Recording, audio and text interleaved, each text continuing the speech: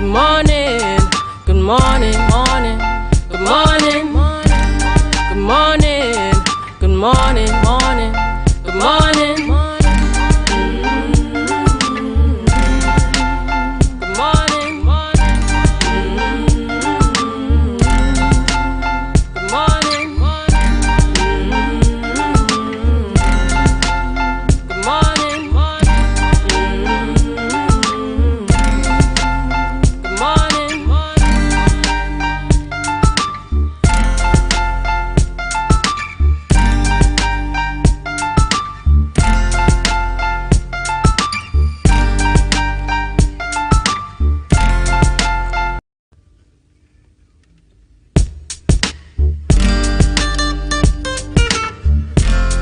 Want the microphone, morning.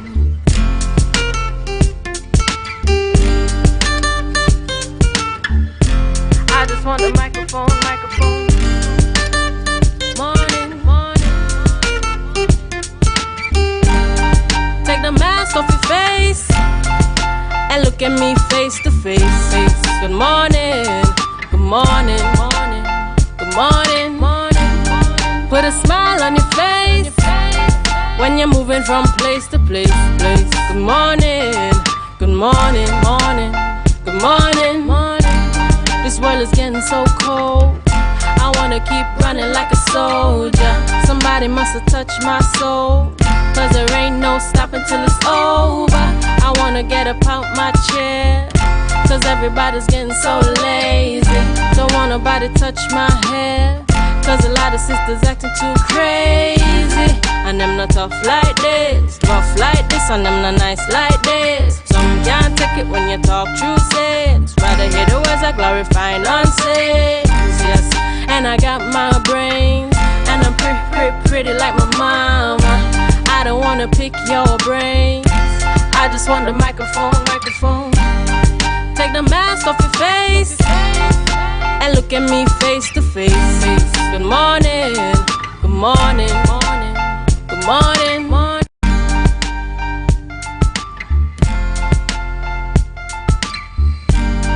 Put a smile on your face when you're moving from place to place. Good morning, good morning, morning. Good morning, morning.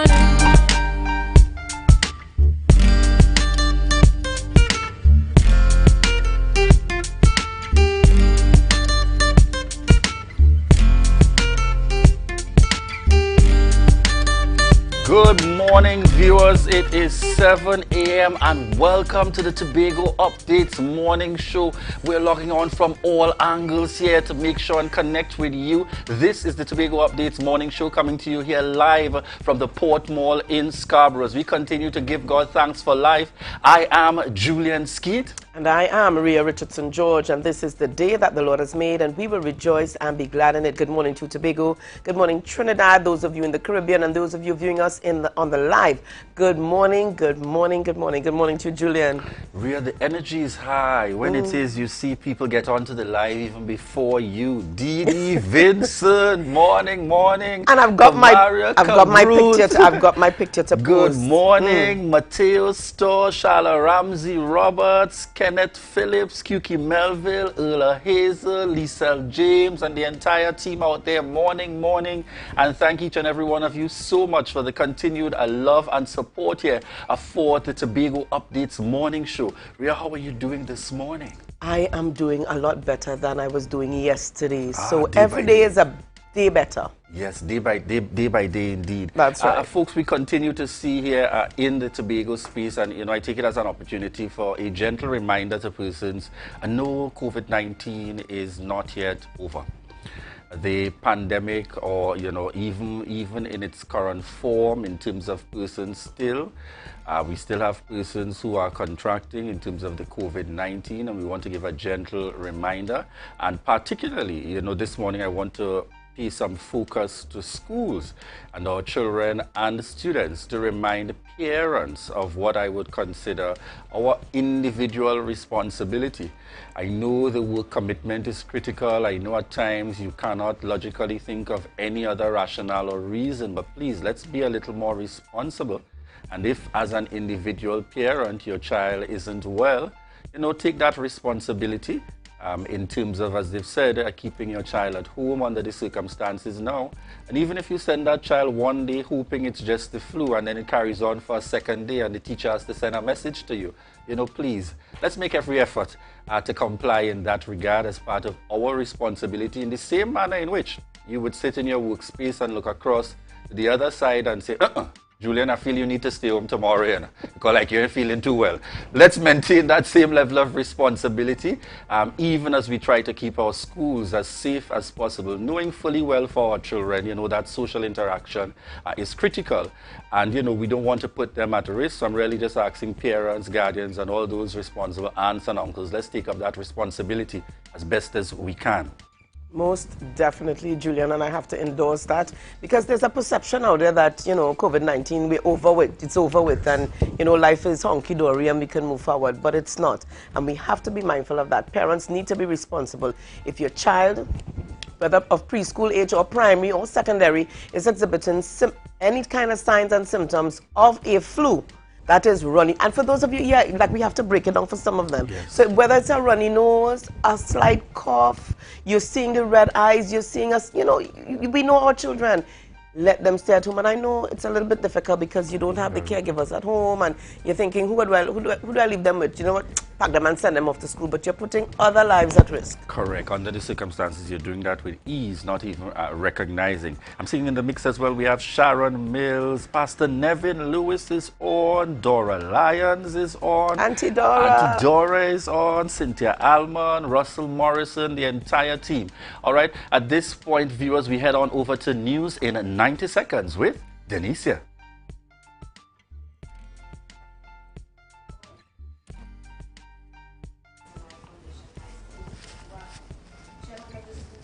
Pastor Glenroy Frank says an audit will reveal the mistreatment that the school experienced at the hands of the Division of Education over the years. The THA announced last week they will launch an audit into the school and other government-assisted schools. This was as a result of the school's failure to reopen on April 20th due to its inability to provide enough furniture and supplies for students. Pastor Frank also condemned the THA for not lending sufficient support to the school. Meanwhile, direct airlift out of New York returns to Tobago today. The flight from JFK International Airport is expected to land at the ANR Robinson International Airport around noontime. Caribbean Airlines will be flying this route twice weekly. It is the first international airlift that CAL is providing to Tobago since the start of the COVID-19 pandemic in 2020. On Friday, CAL will also begin direct airlift between Tobago and Barbados. These two flights signal the start of CAL connecting Tobago directly with more countries in the region as the island seeks to revive its tourism industry. In other news, 2 police officers were held for their roles in the sale of firearm users' license remained in custody up to Wednesday afternoon to answer questions from police investigations. 56-year-old acting assistant superintendent of police and 46-year-old sergeant were expected to be questioned by officers of the Professional Standards Bureau and the Financial Investigations Bureau in connection with allegation of corruption. This followed investigations from a 6-member team set up by the National Security Council into the issuance of fines by police. That was the news in 90 seconds. Back to you, Julian.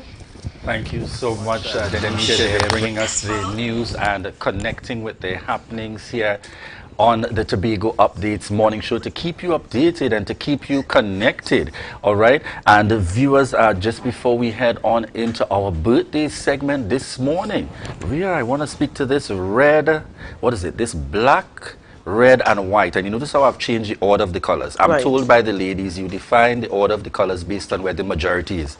So as a man, I might have just said red, black, but they said black is the majority here, so it's black, red and white, or is this a gray, a white I just call it a national combination. I'll join you there. Yes, diamond shaped, and this morning shirt courtesy Checkpoint. That's Checkpoint located at Upper Main Street in Scarborough. That's 639-5148. Remember to connect with Checkpoint. They cater for any occasion, whether it's a casual occasion, whether Rhea, you want to look a little formal, whether you want to stand out, and you know, as at one point, as the younger person would have said, you want to bling and you want to stand out there in a particular kind of way by the time you have entered the room.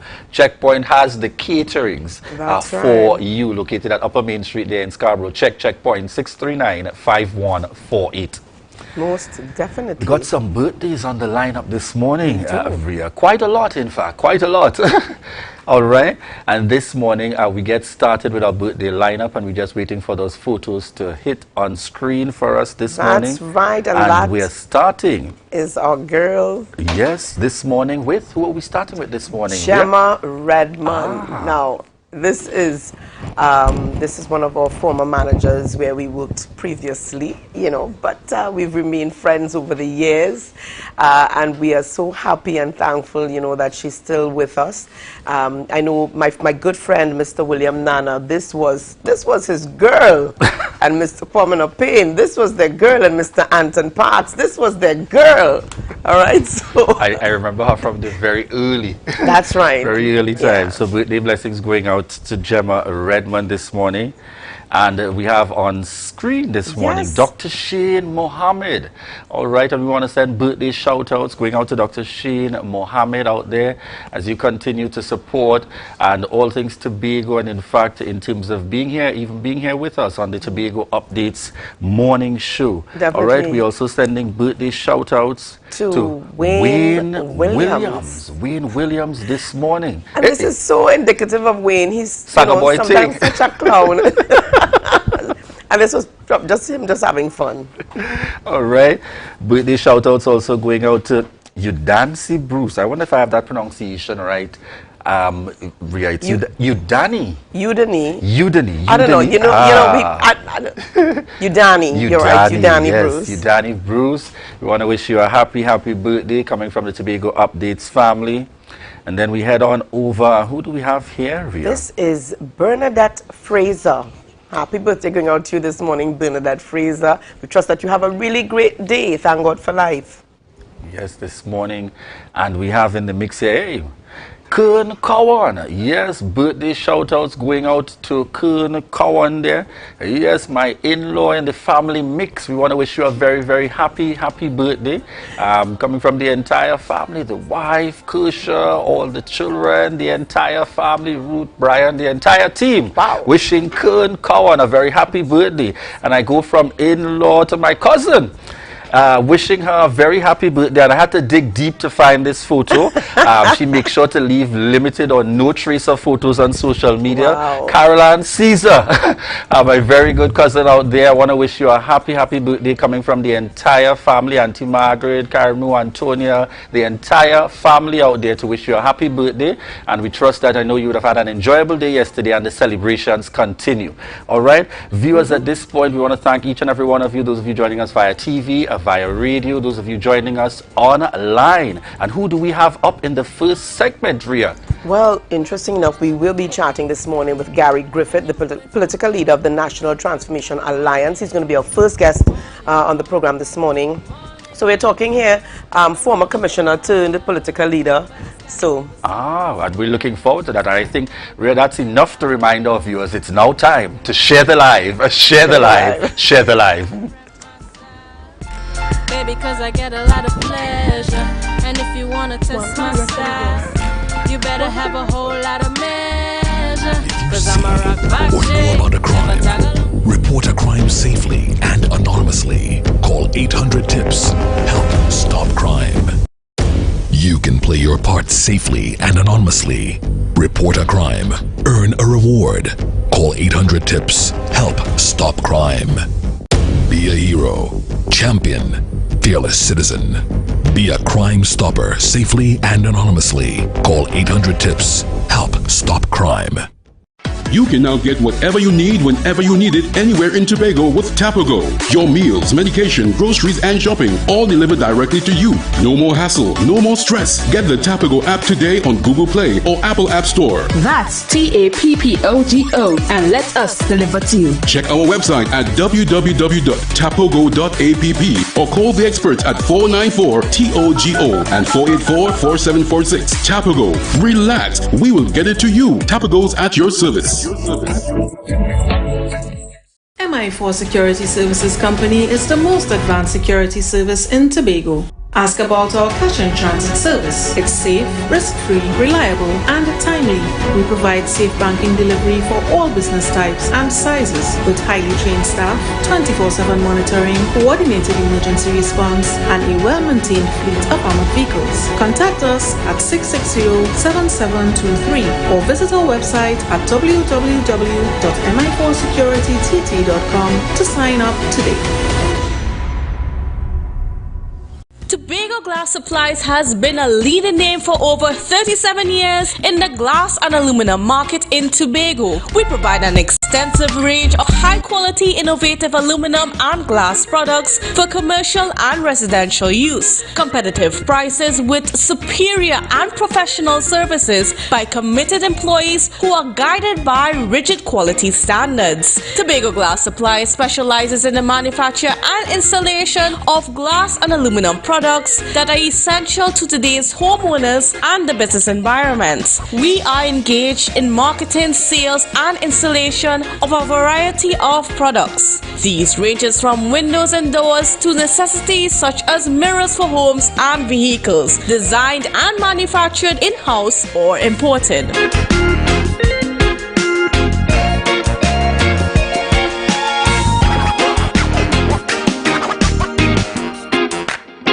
Rest easy at American Stores. Up to 20% off. Outstanding discounts on selected Serta, Sealy, and Therapeutic mattress brands. Check us out today at American Stores, where we make quality living affordable.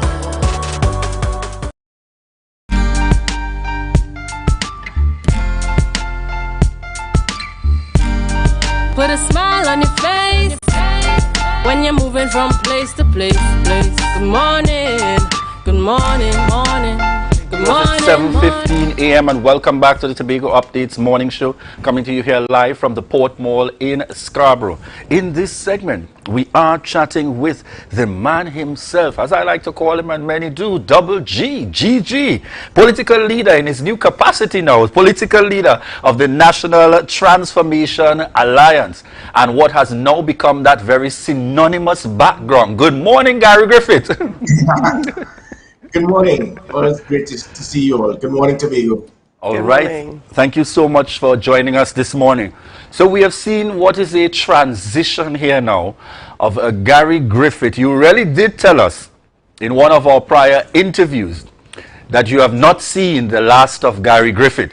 Now we are here and we are looking at Gary Griffith in the context of political leader of the National Transformation Alliance. Please give us a very quick summary as to the movement from one to the other, where you now sit. Sure. Good morning again. It is nothing other than continuing my opportunity to serve my country, and that is exactly what it was. From being a military officer for 17 years, being a national security advisor, Minister of National Security, Commissioner of Police, it is just another avenue for me to continue to serve my country. So it is not about Gary Griffith or what I want and what is in it for me. In fact, I'm only the interim political leader. Obviously, I believe in democracy. There may very well be somebody who may be willing to take over the mantle and feel that they are better, and that is whatever it is that will be the preference for the political party, the preference for the country, I will adhere to it. So, and I think that has always been the problem we have seen with political parties throughout Trinidad and Tobago, where it becomes one individual who takes control, and he or she, when they do something and make the wrong action, everything will just collapse. So that is what has happened now. Unfortunately, it went along the line because of Keith Rowley's disappointment in me.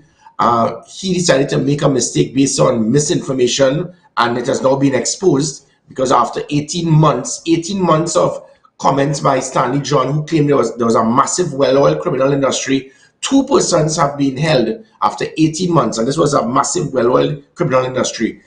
I, under my watch, arrested more police officers for dealing with firearm racket than what has happened over the last 18 months. But that's water under the bridge. The same way Keith Rowley was disappointed in me, Tobago was disappointed in him, and that's why they chased him out of Tobago. And I think the same thing seems natural that is happening here in Trinidad. So the party has been formed. The support is massive. We expected that. In the same way that Watson Duke has formed his party and has moved to Trinidad, there's a void in Trinidad for persons who do not just want to be part of the ketchup or the mustard, the red or the yellow. We saw it as 147,000 in 2007. And now persons, at least 1/3 of that base of the PNM and UNC have been eroded because of poor leadership. And add that to the 16 to 33-year-olds who have never had an opportunity for a third party. This might very well be an option here for at least 200 to 250, 300,000 persons for an opportunity for positive change. And that is what the National Transformation Alliance is about. It's to ensure transformation of the country and positive change. All right, now, Gary Griffith, timing is everything. Why do you believe that now is the time for the NTA? Well, why not? But I do understand your point, because sometimes people look to say, well, there's no general election until 2 years. But it is not just about trying to form a party to get into an election and to win. In contrast, we have so many political parties that have been formed for years and they have not even taken part in an election. And that is definitely what this is not going to be. We're not going to form a political party and be afraid to take part in the election. So, I mean, even looking at the point that local government election is later, local government election is later this year. You have 10 regional corporations in Trinidad, the National Transformation Alliance. Again, this is not a side of this is not dictatorship, but I would like to believe that the party would take part in that upcoming election. As I said, that bridge constituency of persons who would like to see the country move forward, who would like to contribute, who do not want to have a party card and be somebody with a jersey running around next to a stage, but would like to be a supporter of a political party. This is the opportunity. And I think it would be appropriate for us to give them that opportunity because of that void due to so many people feeling that enough is enough and they would like to be part of something, of a movement, of a transformation other than the PNM or the UNC. So now is the actual best time. Gary Griffith, you have held membership in political parties previously, and the general feel in Trinidad and Tobago is that there isn't room for a third party. You mentioned earlier we just saw the launch of the Trinidad arm of the PDP in terms of, again, entering the politics there at the national level. We know of other political parties that rear their heads nearer to local government and general elections time, and now the addition of the NTA. How do you think that is likely to work this time around, knowing what the general feel is? Isn't it likely to give the usual advantage, as you refer to the red and the yellow, the standard two parties in the Trinidad and Tobago space? Or is it a case that the third parties should explore coming together? Yeah, and that is exactly why this has been formed. There's this perception that a third political party, or let me change it, a political party other than the UNC or the PNM, their objective, what the end result is, that it can either cause the PNM to get into government because you will split the votes. I don't know what that ever means. Splitting the vote means that you can't split a vote. A vote doesn't belong to any one party. But that has always been the mantra, where if a party is formed, you're going to split the vote that caused PNM to win. As is perceived, took place in 1991 when the ONR was there. 1981, sorry, then 1991 under the NAR, and then 2007 with the COP. Then there's the other perception that when you have a party like this, all they need to do is to join with the UNC and it will be annihilation for the PNM, similar to what took place in 1986 with the NAR 333 and 2010, 2912 with the People's Partnership. So what it does show, however, is anytime you have a viable option other than the PNM or the UNC, it is the catalyst to confirm that they are going to be the ones that will decide what happens on the polls. So this party is not to be used in any way or to be seen as a party that is going to assist in splitting votes to cause the PNM to win, or a party that is just deliberately designed to join the UNC, to help the UNC go over the edge to win, to get into government. We are not to be used, we are not to be here to assist or to affect any political party, but there is a void. And that void, unless you have a party with substance and foundation similar to ONR with 91,081, then NAR with 127,000 in 1991, and then the COP with 147,000 in 2007, it means that all of these other splinter parties have not been able to appeal to that third constituency to that extent that they became a viable alternative and something of substance that will cause a concern. And that is what this party is about. This party is going to copy what took place, take the battle from the COP, that took the battle from the NAR, that took the battle from the ONR, moving from 91,000, 127,000, 147,000, and we keep moving. So it meant that people say, well, the COP in 2007 did not get any votes. They got 147,000 votes to the UNC's 200, and the PNM got about 250 odd, and then became 25-16 in 2007. But as I said, 15 years later, what we continue to see is that this constituency of voters outside the PNM and UNC continues to increase at a dramatic rate, primarily because the younger persons, that 10, 15,000 who turn to 18 every year, they are not caught up in that vortex by mommy and daddy saying, once you live in this house, you have to vote for the PNM or the UNC. So it means that those independent thinkers continue to grow at a faster rate than those who continue to stay consumed under the PNM or the UNC. And that is why I say that base of the PNM and UNC could probably be eroded by 1/3 each, but they are not going to leave, that 1/3 is not leaving the PNM to go yellow. 1/3 of that UNC is not going to leave to go red. They would like an option. So add the 147,000 from the COP, add the 150,000 young voters under, I say 35 or so, who would like to take part in the election but not be committed to the PNM or the UNC, and also those people who have not been now seeing that they can leave that base and have an option. This is the right time, if it is, we do it properly. And what I intend, let me quickly add, this is not going to be those type of parties where you have to, as I said, have a party card in your back pocket to have a substantial representation in this party. You can very well be a supporter, and because of that, the type of support we are getting of the type of individuals, this party is going to get the best minds available to come together and look at all of the national concerns to make sure we have a proper roadmap towards good governance. Every time a political party that is in opposition gets in government, they do not have a clue what to do because there was no proper roadmap to ensure we knew what was required. So you get into government, okay, so we want 2318.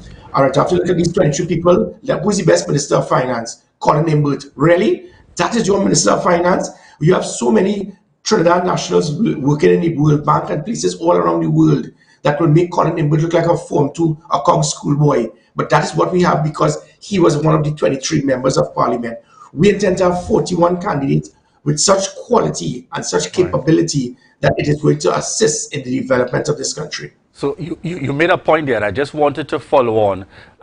Are you prepared, if required, to join with other political parties? The most recent launching is the PDP in Trinidad, led by political leader Watson Dew, current Deputy Chief Secretary in the Tobago House of Assembly. Are you prepared to join with other political parties, if required? The reason for this party being formed was not in preparation to join another political party. If you have a political party that after 1 week, we have just been registered 1 week, and we have tens upon tens of thousands of registered members, the game plan is to ensure that we can have as much or more membership than the UNC and the PNM. If that was the intention for within a few days of a party registering to start talking about intentions of joining with other political parties, well, then we should have just joined those political parties in the first place because they had the infrastructure, they had the foundation, they had the support. So what is the intention for a party to even contemplate in this embryonic stage to start thinking about joining with other political parties? We will lose support before we even start.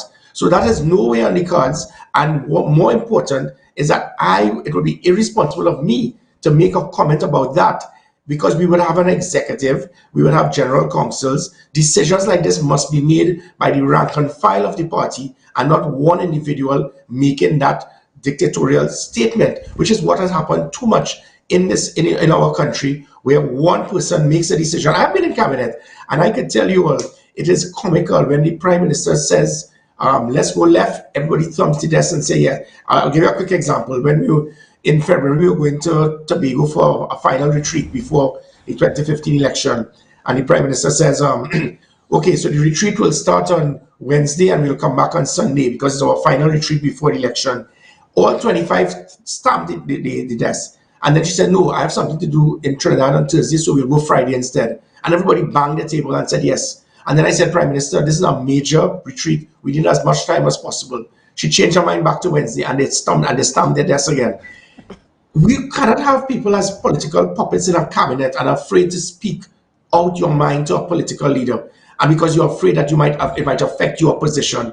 This party is one that is not going to be that type of dictatorship where the Prime Minister says, jump and everybody asks how high.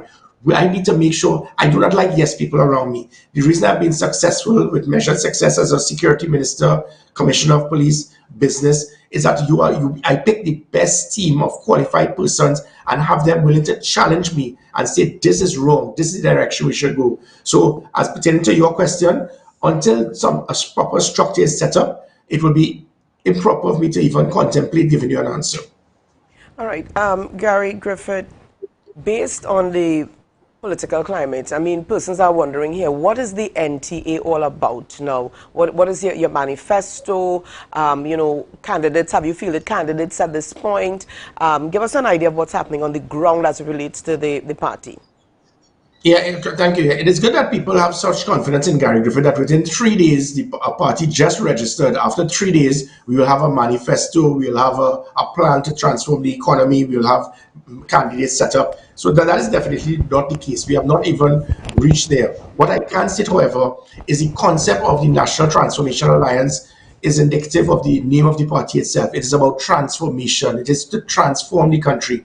This party is not going to be one where you're going to hear us spending all our time doing press releases to attack, discredit, and demonize the other party.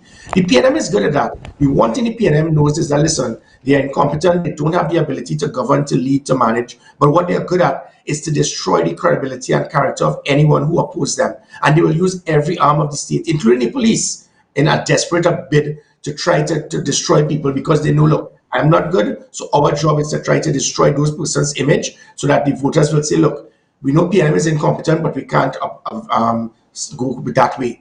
We have no intention to go down that road. We have no intention to get into the gutter politics. What you'll be hearing is about the people, the plans, the policies, the programs, and the political will to turn this country around. We are going to be open and dynamic enough to embrace persons who may not even be a member of the National Transformation Alliance. And that is what you call alliance. That is what you call transformation. Getting the best minds available. So if and when we get into government, we will very well be willing to look and embrace very powerful minds of the PNM and the UNC. Neither political party has that type of political maturity to state that, listen, we're in government, we do not want some individuals there, like Mr. Gonzalez, for example, Rohan Sinanan, Faris Alwari. I have seen good people in the PNM, but then there are bad persons that I would not put, if I decide to build a gyro stall, I would put them there to do anything.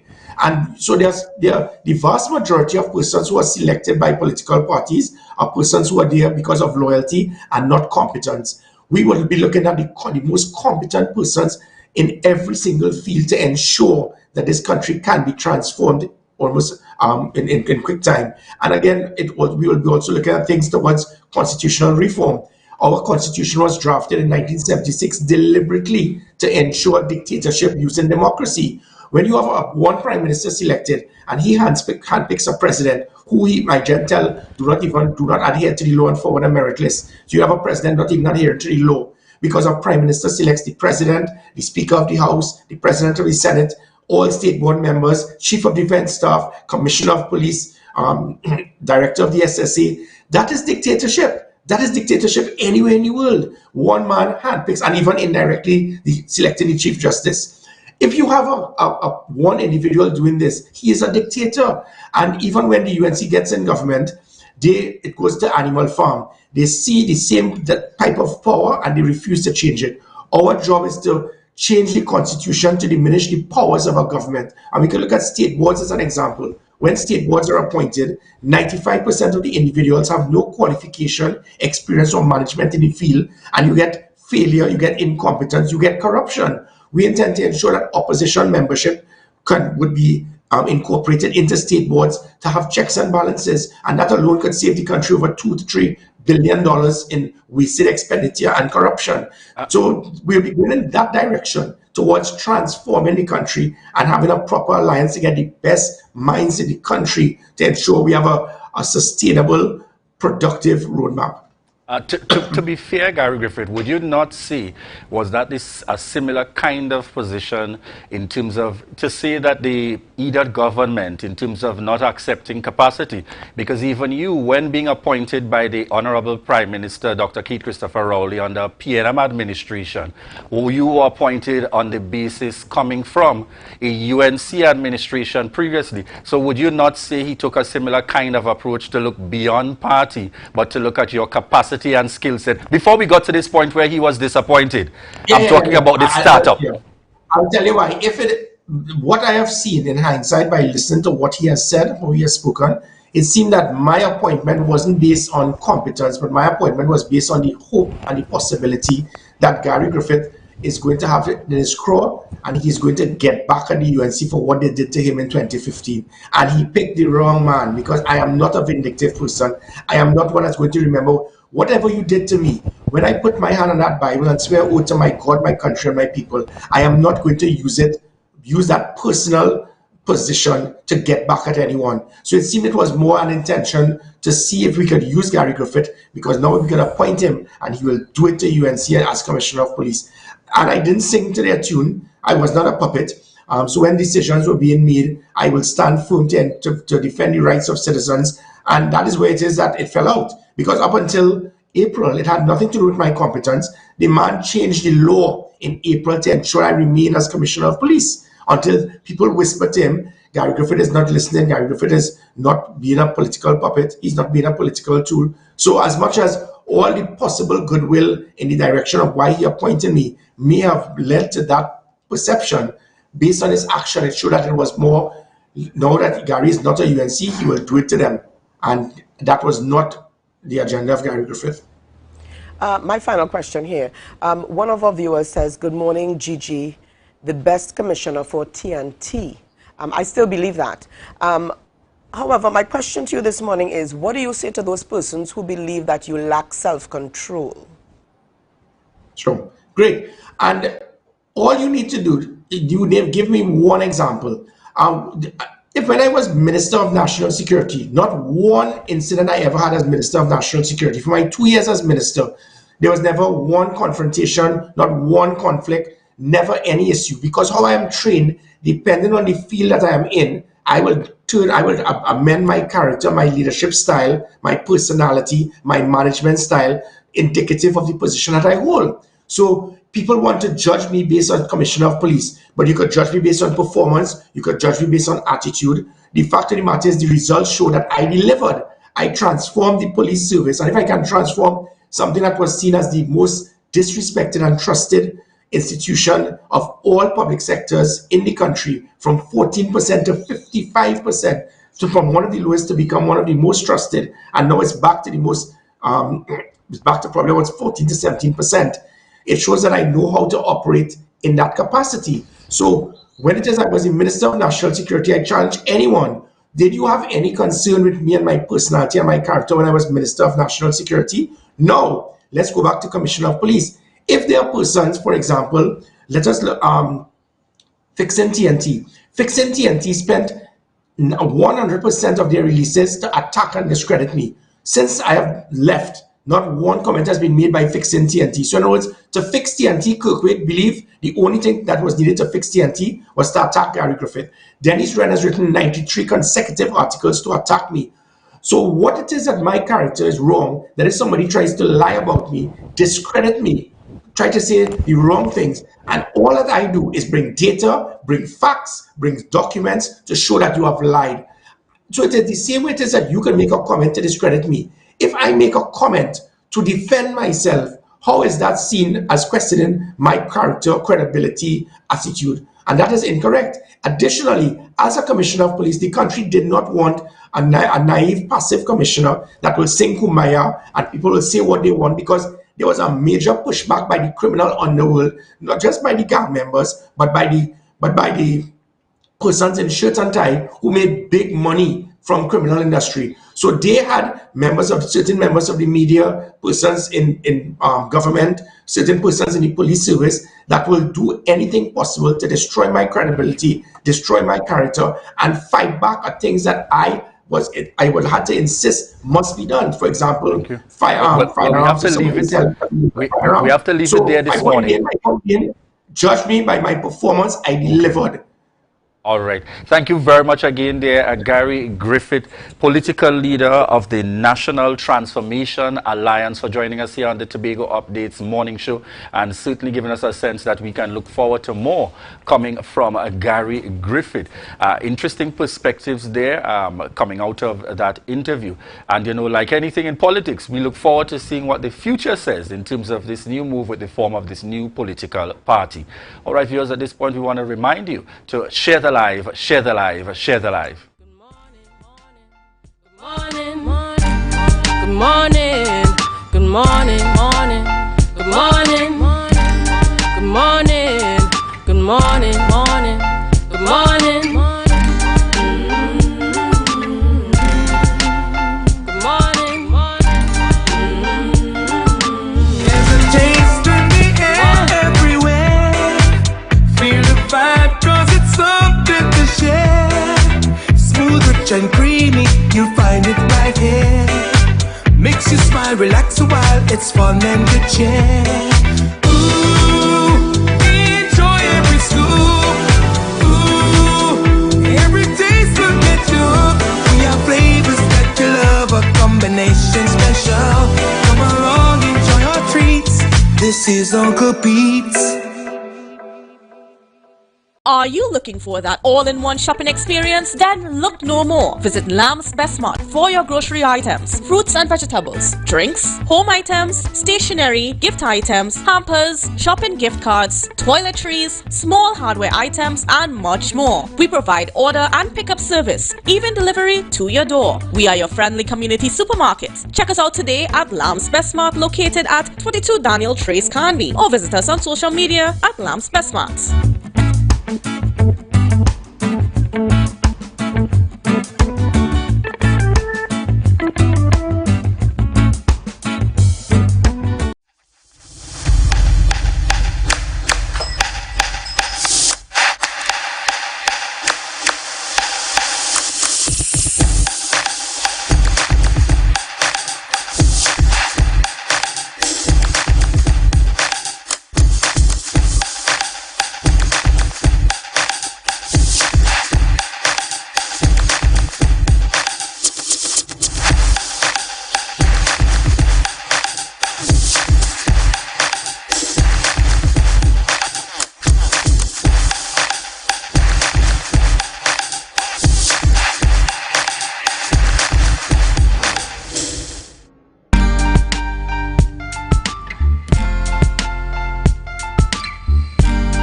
Put a smile on your face when you're moving from place to place.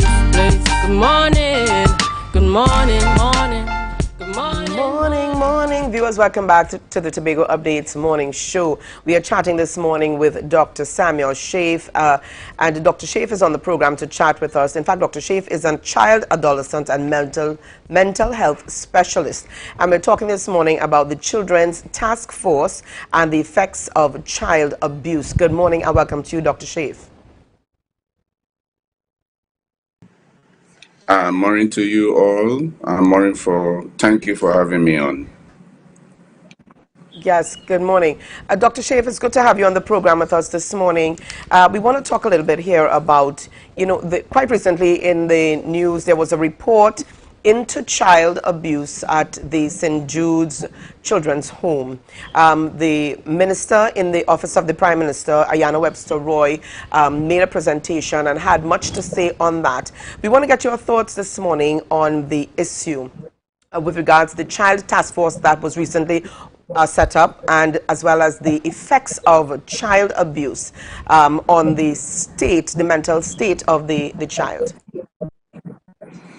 Okay, so that's two things you're asking me to address there. In terms of child abuse or abuse in homes, that tends to be a very common problem worldwide, not just in Trinidad, in other countries, even developed countries, where the reported rate is about 2% for sexual abuse in institutional homes, 12% for physical abuse in terms of the current rate, 21% for intimidations and things like that, while verbal abuse is at 33%. However, in terms of the other issues, how this abuse may affect children on the long term, it is known that abuse in homes, even at home, not even in institutions, tend to, in the long run, lead to other mental psychopathology. Individuals who have been abused are known to eventually suffer from things like depression, anxiety, PTSD, and other problems that are related to mental health challenges in the long run, if they are not properly dealt with.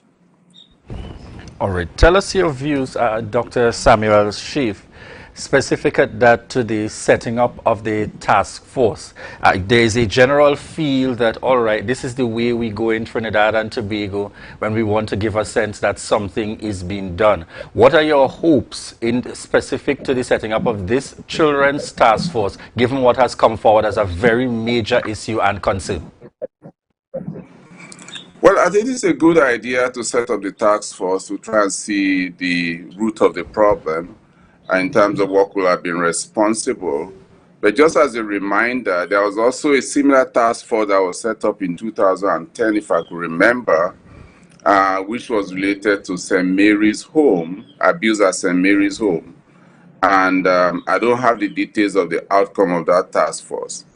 But it's a good idea in terms of what the government is doing, and it's going to kind of help the policymakers and the different managers, maybe guide them or even introduce other programs that will help the management and treatment of children in these homes.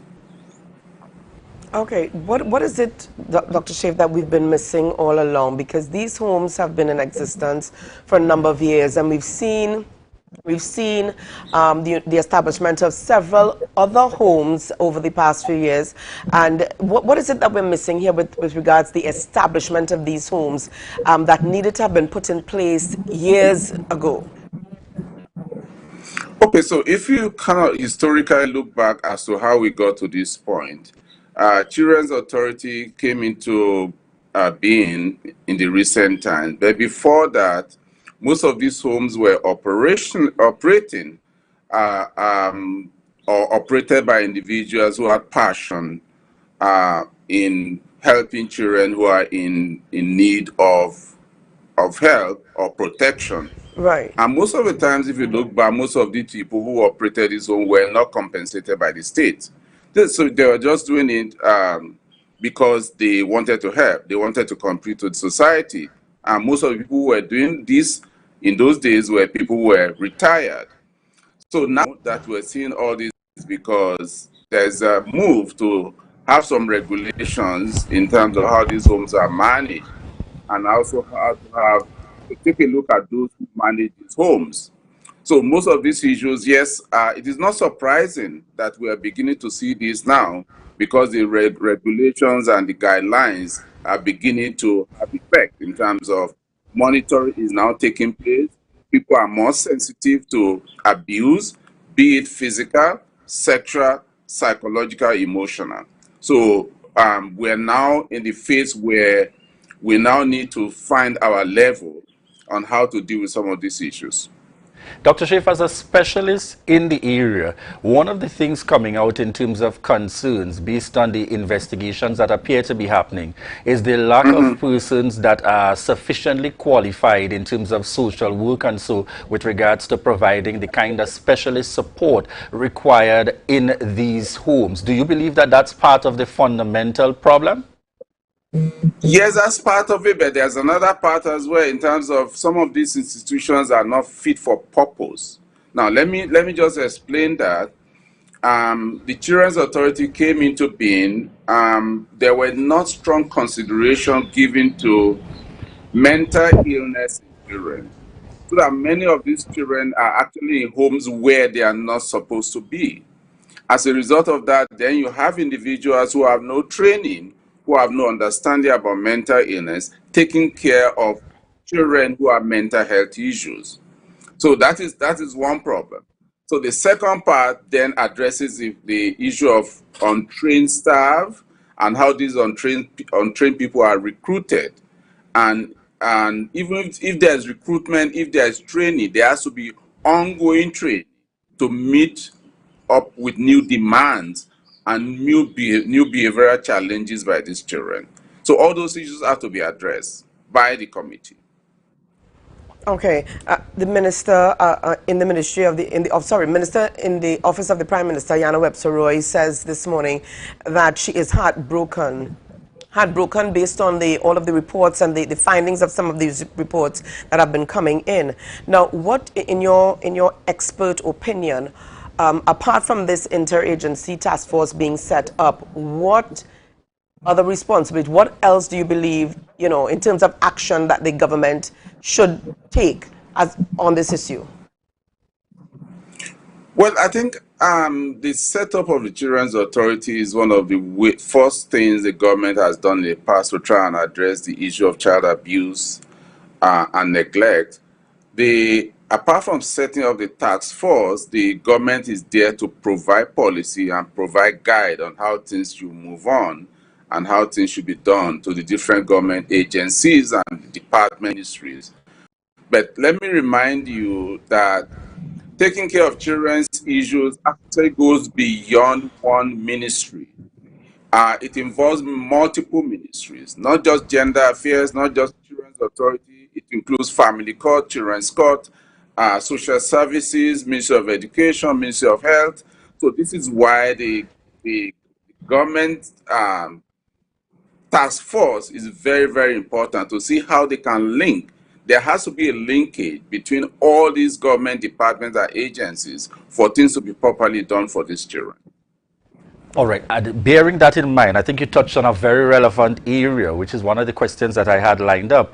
The current interagency task force is comprised of officials from the Division of Gender and Child Affairs, the Office of the Attorney General, the Ministry of Legal Affairs, Social Development and Family Services, the Ministry of Youth Development and National Services, the Children's Authority, the Tobago House of Assembly, and 2 members of the investigation team. Are you concerned that some of the other arms you just mentioned there should form part of this task force, that consideration should be given? Well, there'll be a reason why those individuals or whosoever is chosen will have been chosen. Maybe because of their training, because of their educational level, or because of their maybe what they bring to the table in terms of skill set. So I don't think I know too much about these individuals to have to make any comment on that. But I think the task force, as it is, should be able to provide us a guide as to how to move forward. Okay. Well, thank you so much for chatting with us this morning, Dr. Shafe. Yeah, Julian? Thank you very much for having me. Thank you for having me. Thanks a lot. Pleasure. All right, so viewers, yes, we just had in the mix there with us Dr. Samuel Shafe, child, adolescent, and mental health specialist, speaking to the Children's Task Force and the effect of child abuse.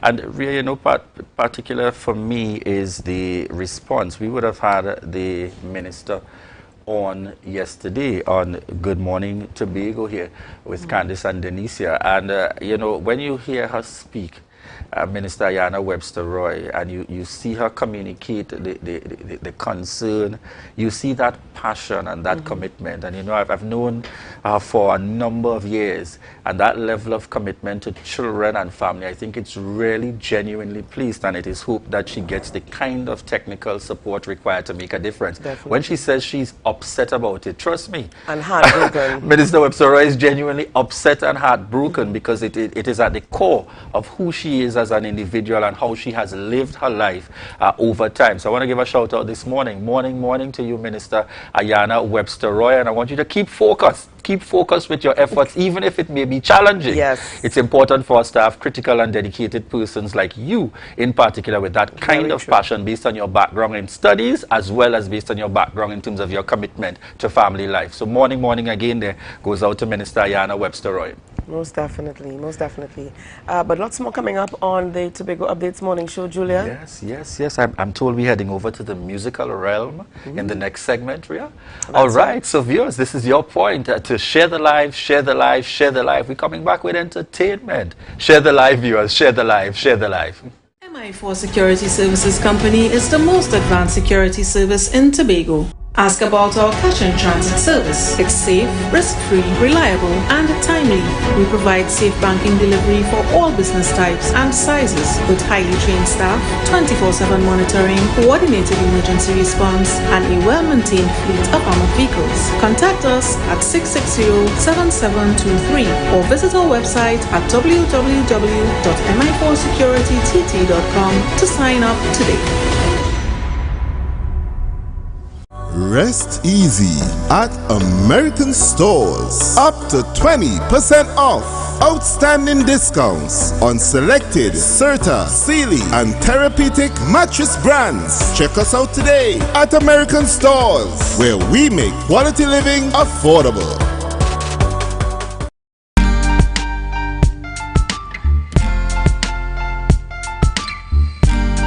Put a smile on your face when you're moving from place to place. Good morning, good morning, good morning. Good morning, viewers, and welcome back to the Tobago Updates morning show. For those of you joining us, it's 7:53 a.m. and we want to thank you for continuing to connect with the Tobago Updates morning show. In this segment, we are chatting with the man himself. He is in the entertainment realm, taking it down a little slower for you. Singer, songwriter, and entertainer. And you know, when you're saying a name like this, Ray, you have to say it slowly. Ansel Valley. You have to go into the voice. All right. Good morning. Good morning. Try to get into them before he comes on. Let's hear your Ansel Valley. The ladies seem to go crazy when he starts. Good morning to you. Good morning. Hey, good morning, guys. How you doing? It's good. Excellent, we're doing well. It's and good to have you on this morning. So for those who are not sure, they're saying, wow, I don't know him in this interview mode. Tell us a little bit about Ansel Valley, what you have been up to in recent times. Well, surviving COVID. Just kidding. Everybody, in terms of, it's had a tremendous effect on the entertainment and hospitality industry. And so everybody has basically been on survival mode. I am grateful to God that, he took us through and we actually were able to expand in the middle of that. So coming out of that, I've made the decision to not only produce events and promote them, but to get back on stage with my own band and come out with something called Ansel the Band. So I'm now, for the first time, bringing my brand of entertainment to the musical spectrum of Trinidad and Tobago. All right. Certainly, some see that voice as a blessing. And we're heading on in immediately into your focal point this time around. It's All for Mom, the concert. All right. Tell us when that's happening and what is this initiative about? Well, All for Mom will be happening on Saturday at the Achievers Banquet Hall in San Fernando, Laramine. Now, being the product of a single parent home raised by my mom, right, I have a real appreciation for strong women. And when I say strong, people tend to misconstrue that as being harsh or callous or tough. No, I talk about mental strength. There's also a strength in beauty and love. And growing up in a tough neighborhood, she was able to keep me, my brother, and my sister on point, that we're fantastic human beings. Not to boast myself up, I talk about my brother and my sister. And we do well. And so when it comes to doing a Mother's Day show, this is something close to my heart. I've always done one. And so the first thing I'll be doing coming out of this COVID season kind of thing, where everybody now starting to venture back out, albeit very carefully and cautiously with all the different protocols in place, is this Mother's Day show. And the difference about this is this. This is the one event that is going to celebrate the fact that you haven't been out for 2 years. So it's not just a concert that you come and you listen to some good music and that's that. We're celebrating your return. There's a red carpet, welcome drinks. It's a true paparazzi experience. We encourage mothers to dress up and step out and ensure that these moments are captured as we celebrate the return of some sort of social gathering. And for the moms who in the demographic that were really highly impacted by COVID, this is quite a return. So we've basically rolled out the red carpet literally and figuratively to ensure that when you come to All for Mom, it's just not a concert. You're going to be able to promenade. You're going to be able to gallivant. You'll be able to step out and really get the treatment that a queen should get. You see what happens, Ray, by the time he starts to speak, he make you want to buy a ticket one time. Of course, we want to know more about the ticket sales. Yes. Well, tickets are $200. Now, this whole thing started with me asking a question on my social media platforms about, hey, what's the best day to do a Mother's Day event? Now, I thought everybody would have said Sunday because, Sunday's Mother's Day. Lo and behold, all the mothers said, nah, Saturday. Sunday's for family. If I had to go out, I'll go out on the Saturday. I was like, okay, cool, I stand corrected. Next thing I asked is, what price would be good? They said $200. I started with 100, 150, 200, 250. They said 200 is good. I said, what? These people nice and fair. I like these people. So the ticket price was set at $200. And now that we've moved to the Achievers Banquet Hall, because I initially intended it to go to Naparima Bowl or Sapa, but at the Achievers Banquet Hall, let me tell you, 12,000 square feet of air-conditioned excellence, beauty, built-in state-of-the-art light system, built-in state-of-the-art sound system. And so it was upgraded from a concert to a banquet. Everybody's going to be seated at tables. The tables hold 8. Usually it's hold 10, but to give a little bit more space, we do 8 on a table. There's going to be a fantastic dinner menu that's available for purchase. So instead of coming and buying a hot dog and burger, you come into All for Mom. You're going to deck yourself out and you're going to be treated the way you should. Banquet style. Eat and drinks, buffet style. Hey! If I wasn't singing out, I can't remember that. Anfield, I want you to also tell us, can we expect any additional guests or surprises on the lineup? Any other names? Well, there's a saying in Trinidad and Tobago that wherever I see Ansel Valley, you see KL, because that's my sister. And not only that, she remains one of the singular best vocalists I've ever met. I mean, I don't know if she anatomy different from everybody else, but I think Kay literally have throat down to like by she shin or something. So because excellent vocals indeed, excellent. So it's Kay, Golden Hand Steel Orchestra, Christopher, who's Kieran Ramsey. His stage name is Christopher, and also Joel John. He's going to be passing through as well. We might have a little jump on by a big brother of mine, Darren Shepherd, pan extraordinaire. So it's just going to be a fantastic evening of excellent entertainment, all hosted by comedian extraordinaire and host man, Damian Melville. So it's all going to be immersive and encapsulating to ensure by the time you're reaching, you in a different place. You're in Mother's Land. I like Mother's Land. That yes. Kind of a combination. So again, just remind our viewers very quickly, contact information, where they're able to get tickets and so on at this point. And feel free to drop a little vocals if you would like as we head on out of this segment. Oh, yeah. See? All right, so quickly, tickets are available at several locations, Bright Ideas nationwide, of course, Michael and Jody's Gulf City. But for people in the beautiful Sister Isle, you can get it online at ticketgateway.com. So, of course, that's just, log on and purchase a ticket, download it. There's somebody to scan at the door. You could actually just have the picture on your phone. The barcode is what we'd use. And I'm just looking forward to seeing everybody out there, because it's going to be a wonderful time. This was built with you in mind. And early this morning, they tell me to come and do some kind of performance. My voice isn't here yet, but what are we going to do? Moms, this is you. This is for you. A Sam Cooke special. It goes like this. I don't know much about history. I don't know much biology. I don't know much about a science book. Oh no, don't know much about the French I took.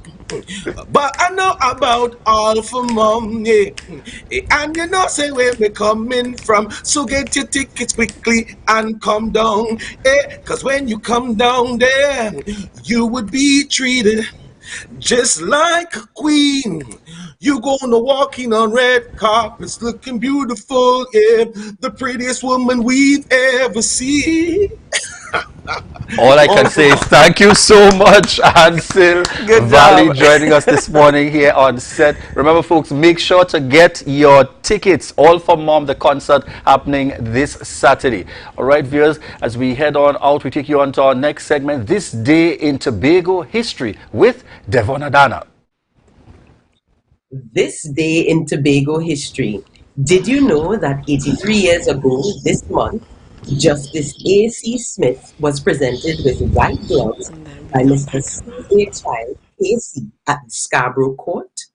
According to a May 1939 issue of the Tobagonian magazine, the charming custom of the law to present the judge with a pair of white gloves whenever there are no cases for trial on the calendar of the criminal assizes took place at the Tobago sessions. Wikisource.org details the origin of the ceremonial use of gloves, which seems to have evolved into presenting them to persons of distinction on special occasions. For instance, Queen Elizabeth visited Cambridge in 1578, where the then Vice-Chancellor offered her a pair of gloves perfumed and garnished with embroidery and goldsmith's work, priced at 60 shillings. As for the development of the white glove giving ceremony at court, many hold the genesis of that custom to be recorded as early as 1495. In those times, a pair of gloves containing a sum of money was given to sergeants at law on their appointment. Jacob's Law Dictionary presents the term glove silver, being used to describe extraordinary rewards formerly given to officers of courts, or of money given by the sheriff of a county to the clerk of assizes and judges' officers when no offenders were left for execution. The explanation of the term is that the glove is given as a fee, in some cases lined with money, to increase its value, and thus came to stand for money given in lieu of gloves. It is still the custom in the United Kingdom to present a pair of white gloves to a judge or magistrate who, when he takes his seat for criminal business at the appointed time, finds no cases for trial. It is of note, however, that criminal assizes is no longer conducted in the UK, though in Trinidad and Tobago, the assizes courts still continues. Mr. Justice Smith's response to the formality was that the honor was Tobago's for having her people so law-abiding that no instance of serious crime had occurred to warrant a single indictment on the calendar. He also offered that this was by no means an isolated example. Presentation of white gloves had frequently been done in the past. He hastened to add that when it is remembered that assizes are held only thrice a year in Tobago, it is all the more a favorable comment. You've been watching This Day in Tobago History. I am Devon Adana. Back to you in studio.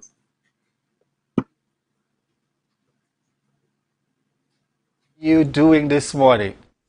I am well. How are you guys doing? Mrs. Syria, welcome back. Thank you so much, honey. Thank you. All right, so Devon, as we head on in, those young ones keeping you very busy into the mix, the Mother's Day mix.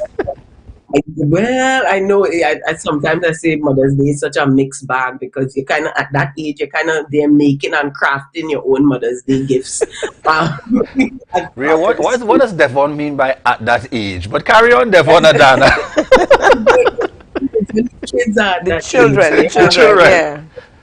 are at that age. They tend to, the homework comes home for you to create your own Mother's Day gifts. Yeah. But, Well, you and I are at that learning phase, as daddy and mommy Rhea maneuver these years. Well, she got children at university now, Yes, I've got this is the the point where she can rock back.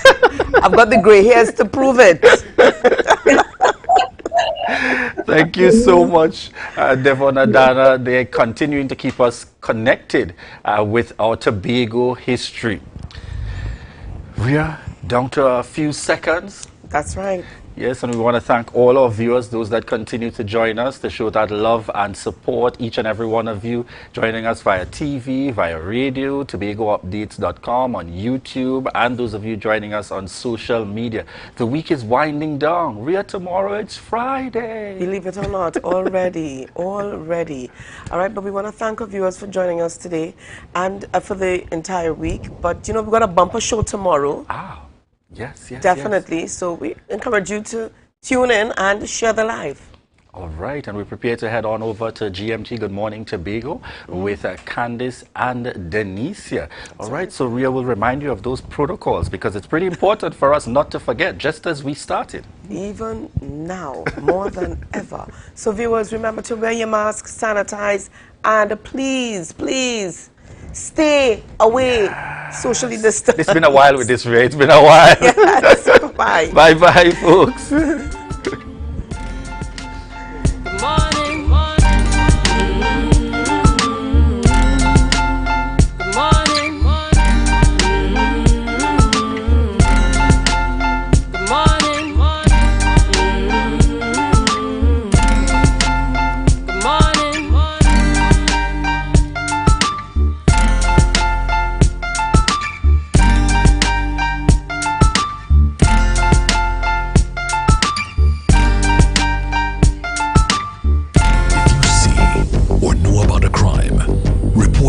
Safely and anonymously. Call 800-TIPS. Help stop crime. You can play your part safely and anonymously. Report a crime. Earn a reward. Call 800-TIPS. Help stop crime. Be a hero. Champion. Fearless citizen. Be a crime stopper safely and anonymously. Call 800-TIPS. Help stop crime. You can now get whatever you need whenever you need it anywhere in Tobago with Tobago. Your meals, medication, groceries, and shopping all delivered directly to you. No more hassle, no more stress. Get the Tobago app today on Google Play or Apple App Store. That's TAPPOGO and let us deliver to you. Check our website at www.tapogo.app or call the experts at 494-TOGO and 484-4746. Tobago. Relax. We will get it to you. Tobago's at your service. MI4 Security Services Company is the most advanced security service in Tobago. Ask about our cash and transit service. It's safe, risk-free, reliable, and timely. We provide safe banking delivery for all business types and sizes with highly trained staff, 24/7 monitoring, coordinated emergency response, and a well-maintained fleet of armored vehicles. Contact us at 660-7723 or visit our website at www.mi4securitytt.com to sign up today. Rest easy at American Stores. Up to 20% off. Outstanding discounts on selected Serta, Sealy, and Therapeutic mattress brands. Check us out today at American Stores, where we make quality living affordable. Tobago Glass Supplies has been a leading name for over 37 years in the glass and aluminum market in Tobago. We provide an extensive range of high-quality, innovative aluminum and glass products for commercial and residential use. Competitive prices with superior and professional services by committed employees who are guided by rigid quality standards. Tobago Glass Supplies specializes in the manufacture and installation of glass and aluminum products that are essential to today's homeowners and the business environment. We are engaged in marketing, sales, and installation of a variety of products. These ranges from windows and doors to necessities such as mirrors for homes and vehicles, designed and manufactured in-house or imported.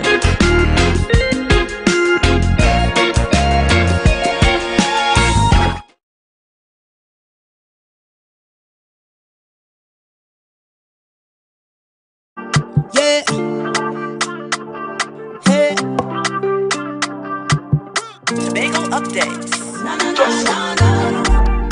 Good morning, Tobago. Wake up with Candace and Denise. Let's go, go.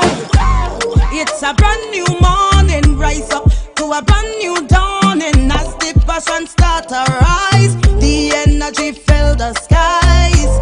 I say thanks for favor to wake up and hear me neighbor. 60,000 people strong, and the vibes is never wrong. We are beauty, we are power. We are people in the sun. We are beaches, we are rivers. We are melanated ones. Welcome to Good Morning Tobago on Tobago Updates. Your source for current affairs in Tobago, Trinidad and the region. With a perfect conversation to complement your morning routine. I am Candace Jackson. And I am Denise Dempster. Here's a look at what's happening in your news in 90 seconds. An audit into the finances of the Pentecostal Light to Life Foundation High School is welcomed. Chairman of the school's board, Pastor Glenroy Frank, says an audit will reveal the mistreatment that the school experienced at the hands of the Division of Education over the years. The THA announced last week they will launch an audit into the school and other government-assisted schools. This was as a result of the school's failure to reopen on April 20th due to its inability to provide enough furniture and supplies for students.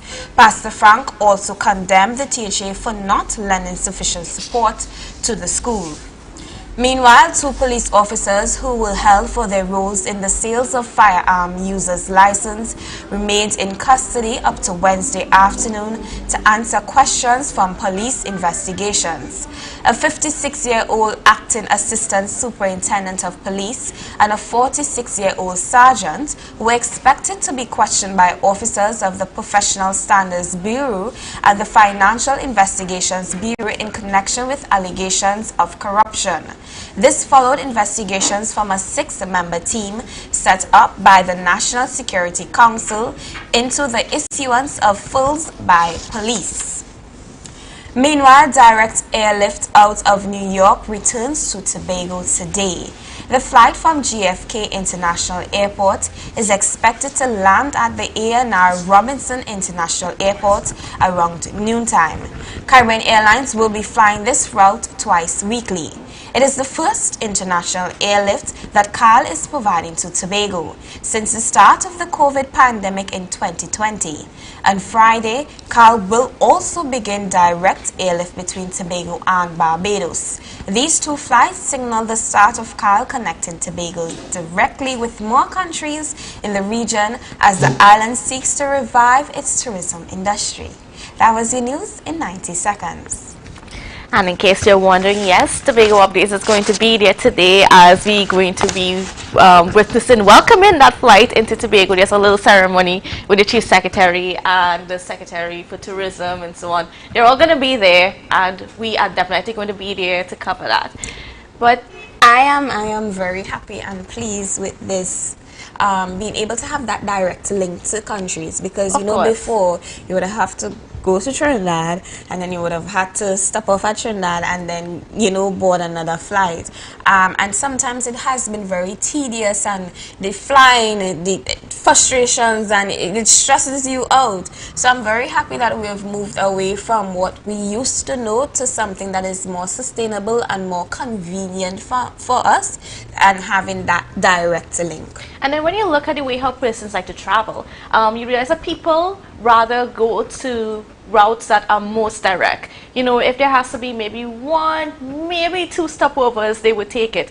But they prefer the more direct routes. And we know that a lot of international flights come into Barbados as well. Mm-hmm. So, I mean, as we're going to also be welcoming that flight from Barbados on Friday. So, a lot of things are happening in the Tobago space, a lot of positive things, and we're looking forward to, the growth of our tourism sector. I know the hoteliers, the tour guides, everybody, they're wanting this because it's been tough. Not just about the pandemic, because they wanted the pandemic in a bad state, because tourism had been declining since 2005. And they had just seen us a little bit of positive back in 2020, just before the pandemic, and then the pandemic hit, and then everything was ground zero. But so we're hoping that things can get a little bit better. Most definitely. So I kind of want to touch on the conversation this morning with yes, Gary Griffiths. That was a very interesting with conversation. Rhea and Julian this morning. He definitely had a lot to say.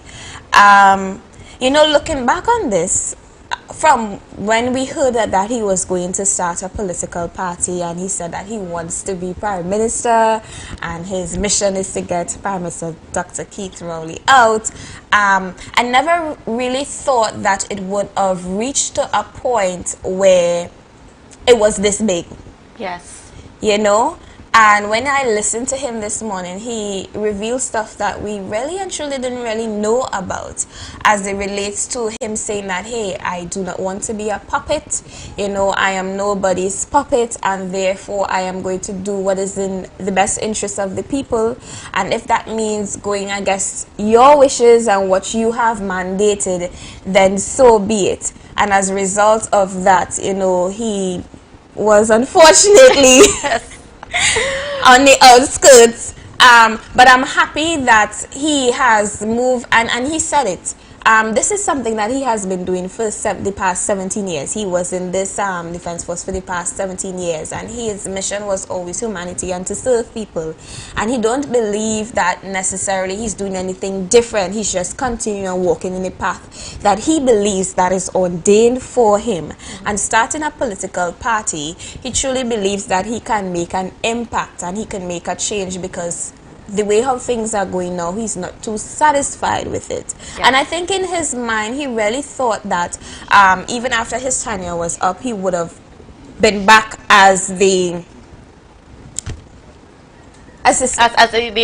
commissioner of police, because right? he has been doing a very good job. And Rhea said that today, this morning. She said because he had a very big positive rating amongst the population. I mean, a lot of persons did support him and wanted to see him back there in the commissioner's chair.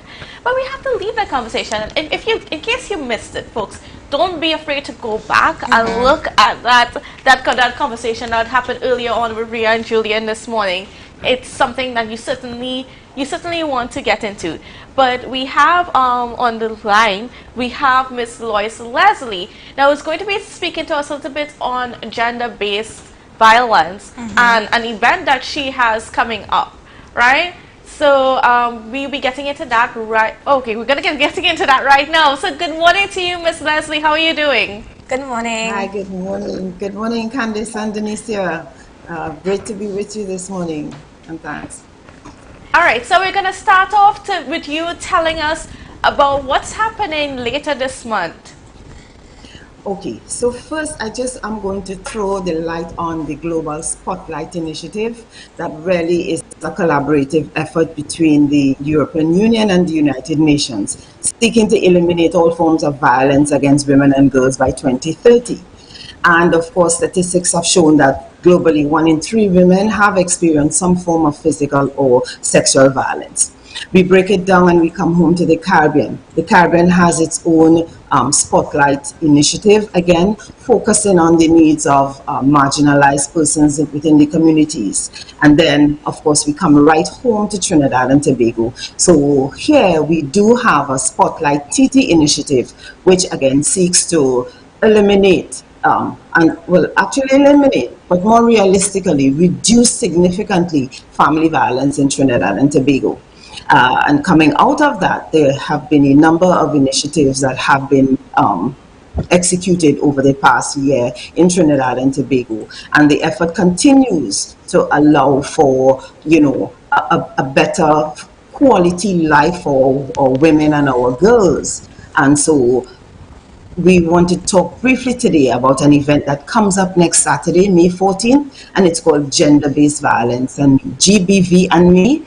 And it's targeting young people because we feel young people must speak out, we must hear their voices, they are impacted. And when we say young people, we talk about persons from, the little ones all the way up to young professionals. Let's come out, let's hear the voices, and so that policymakers can really pay attention to what is happening to our young people and how gender-based violence impacts them. A lot of abuse victims may be afraid to speak up, to share their experience or their stories, thinking that, hey, somebody might look at me a certain type of way, somebody may not necessarily believe me. So how can we shy away or move away from the stigma associated with condemning them? Okay, so, the interesting thing is that one of the pillars of the Spotlight Initiative focuses on prevention and norms, social norms. And it's important for us to start with the notion that gender-based violence, a victim is not responsible for the situation that that person finds himself or herself in, all right? More often than not, it's the women who are abused, it's the girls who are abused. But we do have a small number of men experiencing family violence and abuse. So the shift in the norms, the shift in the way we look at folks. So remove the shame, provide support, encourage the victim to speak up, speak out, provide those systems, institutional and social. Our civic society, our organizations are key in terms of providing support in these interventions. And it's about shifting norms, shifting the mindset to ensure that we view this as something that is not positive. And it could be very subtle, the cat call on the street. And it could be also very obvious and very debilitating in terms of violence leading to, and we've seen instances in recent times where we've had instances of murders. So that's what we're talking about. A lot of times when we talk about gender-based violence, we think mostly about what happens within families, husbands and wives, daughters and that sort of thing. But we've had recently in a public space this report that came out about abuse that has been taking place in children's home. And, it's been very damning and very shocking, some of the things that are coming out. And I want to know from you, from some of the things that you've done, what are the things that might have led to situations where you had young girls and young men being suffered or all these types of abuse in these homes for all these years? That is unfortunate. I am not in a place to provide definite answers to that. What I will say is that I think we have a culture where the whole notion of family violence has been kind of kept on the down low. We've kind of put, we've wrapped that and put it aside because I suppose we really don't want to face the reality sometimes. It's really hard sometimes to stand in the mirror. And as a nation and as a community and part of a global community, we have to strip the veil away and we have to recognize that the violence happens in so many places. And again, we have to remember too that sometimes the persons who we put in charge of abused persons, they have their challenges too, and they need support too. So I don't think it's a simple circumstance.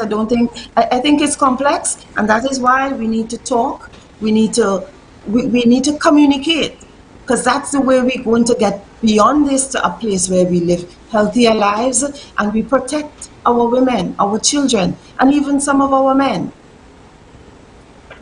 What is the Indigenous Creative Arts Network?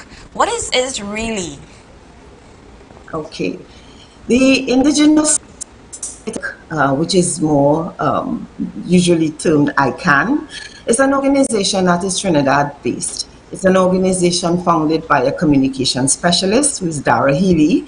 And this organization uses the creative arts for a number of reasons, and they have been involved in community interventions in areas where we've had challenged persons within the communities. Two of the very well-known products of ICANN would be the Shades of Aishi play that has been aired, and it has been performed in various communities across Trinidad and Tobago, and even up the Caribbean as well. A play created by Pearl N2 Springer, who is a director of ICANN, okay? And secondly, the annual Carnival Friday Cambuli presentation on the streets of Port of Spain, that is a product of ICANN. So ICANN is very much involved in providing support and interventions through cultural art forms. And ICANN in this instance has been engaged and is part of the Spotlight TT initiative, bringing visibility to the whole notion of gender-based violence, bringing visibility to the UN's implementing partners, UNFPA's implementing partners in Trinidad and Tobago, who have been doing things, engaging in projects targeting gender-based violence in Trinidad and Tobago. And so this program on May 14th, next Saturday, is one of the programs within the Spotlight TT initiative. And it seeks, again, it's a conversation of young people about gender-based violence, how it impacts them, okay? We want to hear their voices, what they would like to say in terms of how we can ensure that they are protected and allowed to blossom and develop and strengthen, okay, as they should. And that is what this GBV event is about. I also want to note that supporting the event is a wonderful GBV champion, Mrs. Sharon Rowley. She is going to be the host of the program, and it's really a program that has it's hybrid in its composition.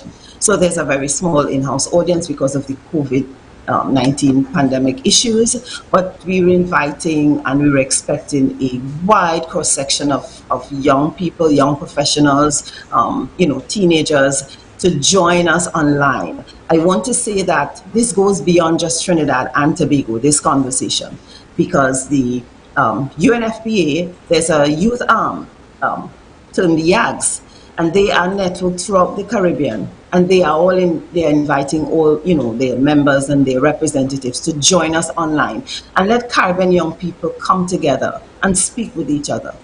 And I think I just want to say what's interesting here is that the whole notion of CARICOM and Caribbean unity, this just takes it to another level, where we have Caribbean young people now integrating and forming that powerful voice in terms of speaking up, speaking out. Let's deal with the issues, And, interestingly, one of the interesting things that we have to address is the whole notion of generational GBV. Norms. What you see is what you learn, is what you practice, is what you perpetuate. And so Caribbean people are joining the youths of Trinidad and Tobago, and we have some dynamic young people here. And we're going to be speaking. And lastly, I want to say that ICANN in its interventions uses the beauty of the expressions that come from within us, the beauty of dance, movement, voice, poetry, song. And so that conversation is also going to be spiced with these presentations, some of these manifestations of our inner beautiful self. And it's the inner beauty that we will be using for healing, for strengthening, because we recognize it comes from within us. And we have everything within us to ensure that we attain victory, and we flourish, and we sustain. So that's what GBV and me is about. And we're inviting all the young people to come online, join us, and speak up and speak out. We want to hear you. All right. And as you touch on the Caribbean, can you give us an idea of how prevalent is gender-based violence, throughout the Caribbean? Unfortunately, too prevalent. If it happens once, that's once. One time too many. However, when the UNFPA did, they did their research throughout the Caribbean, around the globe, identifying what areas of support spotlight needed to be shed on to provide, again, healthier human beings, healthier communities. In the Caribbean, gender-based violence, family violence was identified as one area that certainly needs to bring it out of the closet and let's deal with it, because it's tearing the societies apart. In Trinidad and Tobago, unfortunately, was identified as one of the territories where the prevalence is highest. And hence the reason why the Spotlight TT initiative is really focused primarily on dealing with family violence and gender-based violence. So as beautiful as we are as a Caribbean people, we have challenges. And sometimes because we can't communicate as we should, we resort to other unsavory acts of violence. And violence is not just physical violence. There's emotional violence, right? There are a number of ways that violence is perpetrated. And sometimes, the perpetrator doesn't even recognize that he or she is actually being violent in the moment. Sometimes they do, and sometimes they need help as well. And so even as we have these conversations, and yes, more often than not, it's the women who feel, and the children, the girls, feel the brunt of it, all right? The persons who act in ways that we want to help them, they need to be part of the conversation as well. So this is not a conversation just for young women. It's a conversation for everybody, because it impacts us in some way or the other. What can be done better? Moving forward, what can be done better? I think first of all, we have to change our attitudes. Our attitudes in terms of providing support for those who are victims, providing support for those who perpetrate these acts that we really don't think are and we know are not very healthy. We also need to understand what happens to the person who is abused.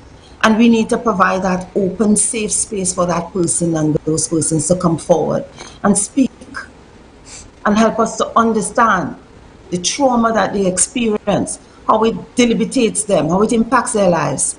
And when I say we, I talk about we as persons from the civil communities, the villages.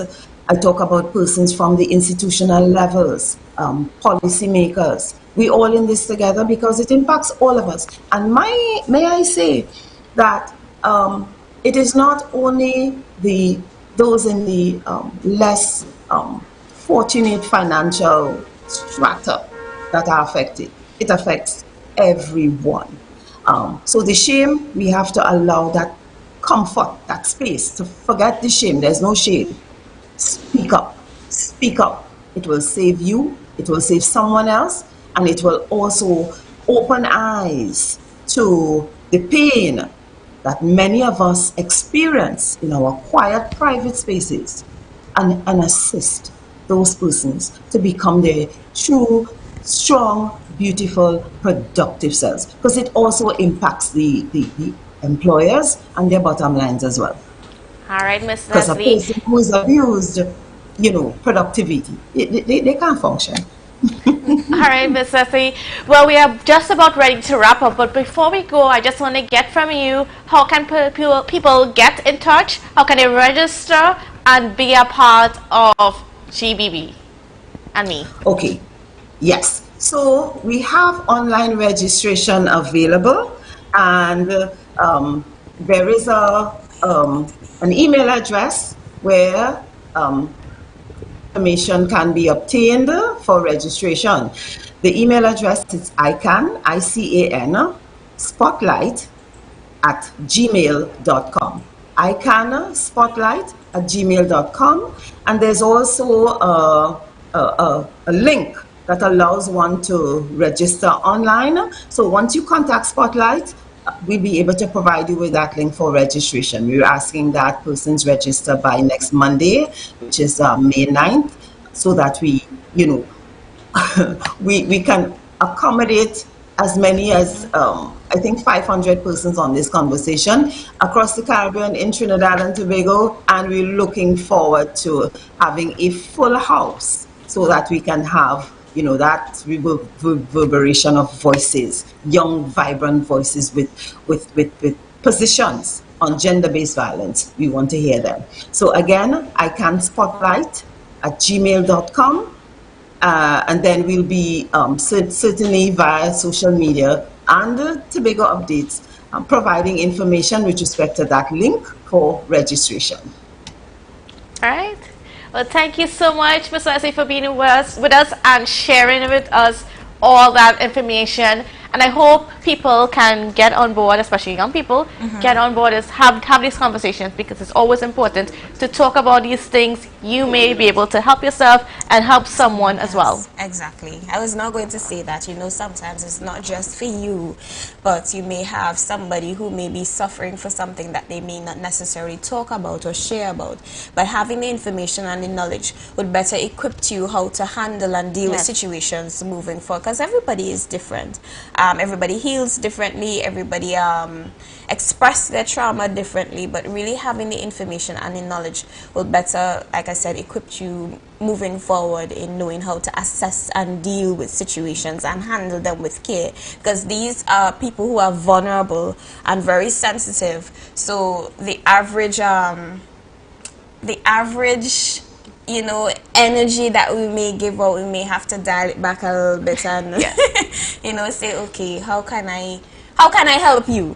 Now, what I think I need, I think you need, but how can I really help you? Because sometimes we help people, you know, and I would always say this, I always remember what Kiesel said. She said that, you know, sometimes you could prepare groceries and you carry it for somebody, but well and truly does know what they need. They don't have no fridge to store it, neither do they have a stove to cook it. So sometimes what you think people need is not really and truly what they need. So sometimes we need to ask, okay, how can I help?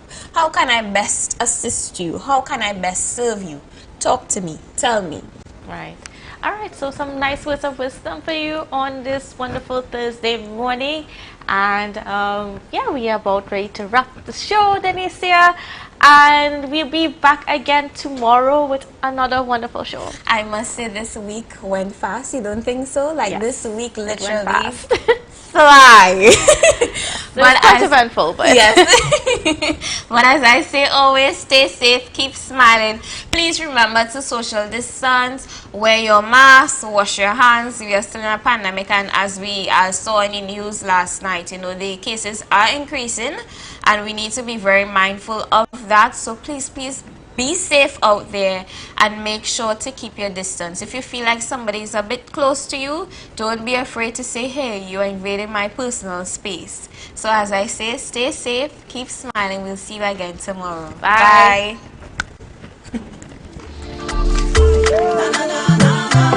Wake up with Candace and Denise. Let's go. It's a brand new morning. Rise up to a brand new dawning. As the passion start to rise, the energy fill the skies.